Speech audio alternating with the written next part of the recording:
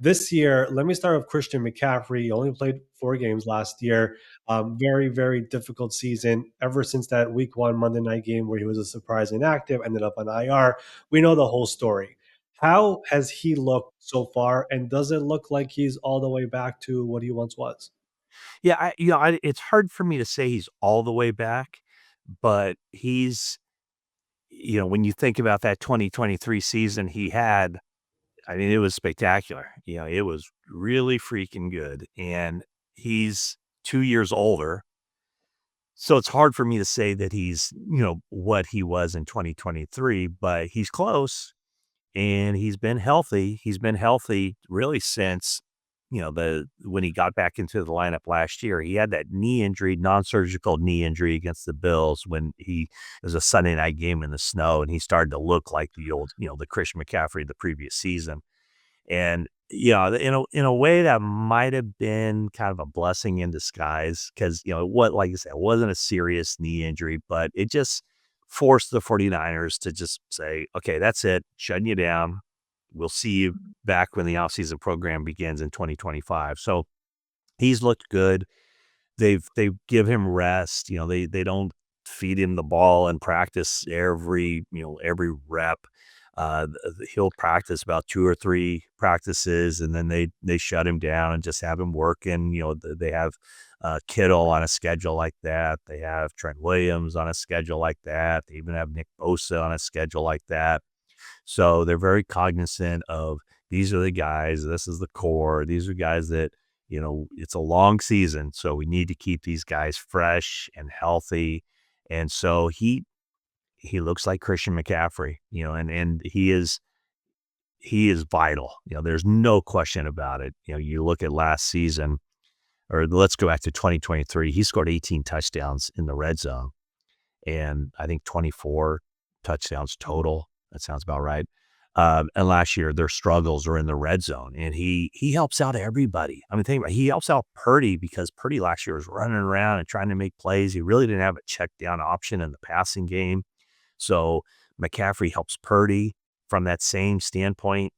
McCaffrey helps the offensive line. He helps the receivers by taking coverage away. He certainly helps George Kittle. So I think everybody benefits from having Christian McCaffrey out there on the field. Well, the team also traded away Jordan Mason this offseason, who became the starter last year when Christian was out. Who is that guy this year who is behind Christian? Because it feels like there's injuries. They've signed a couple of veterans. They're getting injured. Like, who would be that guy right now if the season started tomorrow? Well, if the season started tomorrow, it'd probably be Patrick Taylor Jr. He's a veteran who made the roster last year based a lot on special teams and then ended up playing some later in the season after all those injuries that you alluded to. So it would be Patrick Taylor Jr. And then probably the third would be Corey Kiner, an undrafted rookie from Cincinnati. And he's played well in camp, but he's a rookie. Everyone being healthy and all things being equal, the number 2 is Isaac Guerendo, but he sustained a shoulder injury a couple weeks ago, and he's going to miss some time. Should be ready for the start of the regular season. So Guerendo is a guy that, in essence, made Jordan Mason expendable. For tendered Mason at the second round level.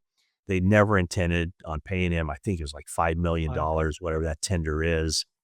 But they were able to retain his rights by giving him that tender, and then they traded him to the Minnesota Vikings, who then worked out their own deal with him. So, Guerendo is a guy. They also drafted Jordan James from Oregon. He's been out. He first had a knee issue that kept him out for a few practices, and then he broke his finger, had surgery, so he's out a couple weeks. So, yeah, you're right. I mean, there's a lot of comings and goings and a lot of moving and shaking on that running back depth chart. And they did bring back Jeff Wilson Jr.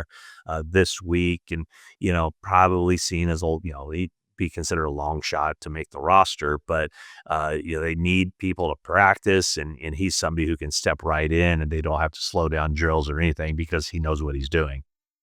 Well, as you see, there are injuries there in the backfield as of right now, and we'll see if they'll be ready for week 1.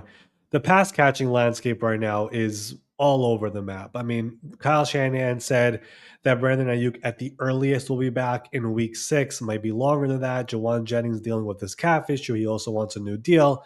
Demarcus Robinson could get a suspension to start the year. Fourth round rookie Jordan Watkins has a high ankle sprain. Ricky Pearsall is healthy. That's a good thing.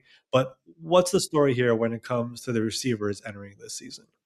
Well, you laid it out there. Yeah, I mean, you just go down the list and, the 49ers top 4 or 5 receivers, there's something going on with all of them. And the only one who has been healthy is somebody who reported to training camp and was on the pup list with a hamstring injury, and they just kind of brought him along slowly, and that's Ricky Pearsall. And he looks good. He looks really good. First round draft pick last year. But, if Juwan Jennings is healthy, I describe him right now as like calf/contract. You ask 4 people or 5 people around the 49ers organization, what's going on with Jennings, and you get different answers. But there is a calf injury there, so it's something he's been battling for a while. And then other people kind of roll their eyes and go on, well, I have a feeling his calf injury is going to heal up in a hurry once he gets his contract, if he gets his contract. So they're in a situation there. And I don't know if you're going to ask me about George Kittle, but he's clearly their number 1 receiver. He's a tight end, but their wide receivers, man, there are opportunities there. Jordan Watkins looked good. But in the preseason game, he made this 50-yard catch that was really impressive against the Broncos' number 1 defense, I might add. But then, he messes up a few routes and makes some mental mistakes, and he gets the blame inside the building for an interception that Mac Jones threw because of a miscommunication, wrong route. Um, yeah, I mean, there's a lot of opportunities for a guy like Robbie Chosen or Isaiah Hodgins or Tariq Owens, Junior Bergen, a 7th round draft pick from Montana. I mean, I, I don't know what they're going to do as far as, are they going to go out and try to get somebody, a veteran guy? I think right now they feel like everybody will be available. Oh, Demarcus Robinson, he's facing a suspension. He's had a good camp. So I don't know that they're going to go out and get a guy like Amari Cooper or somebody with a name, because there's this gray area of some of these guys, or a lot of these guys might not be available week 1, but they are expected back a little bit later. So they kind of have to balance, what's good for them short term versus what's good for them long term.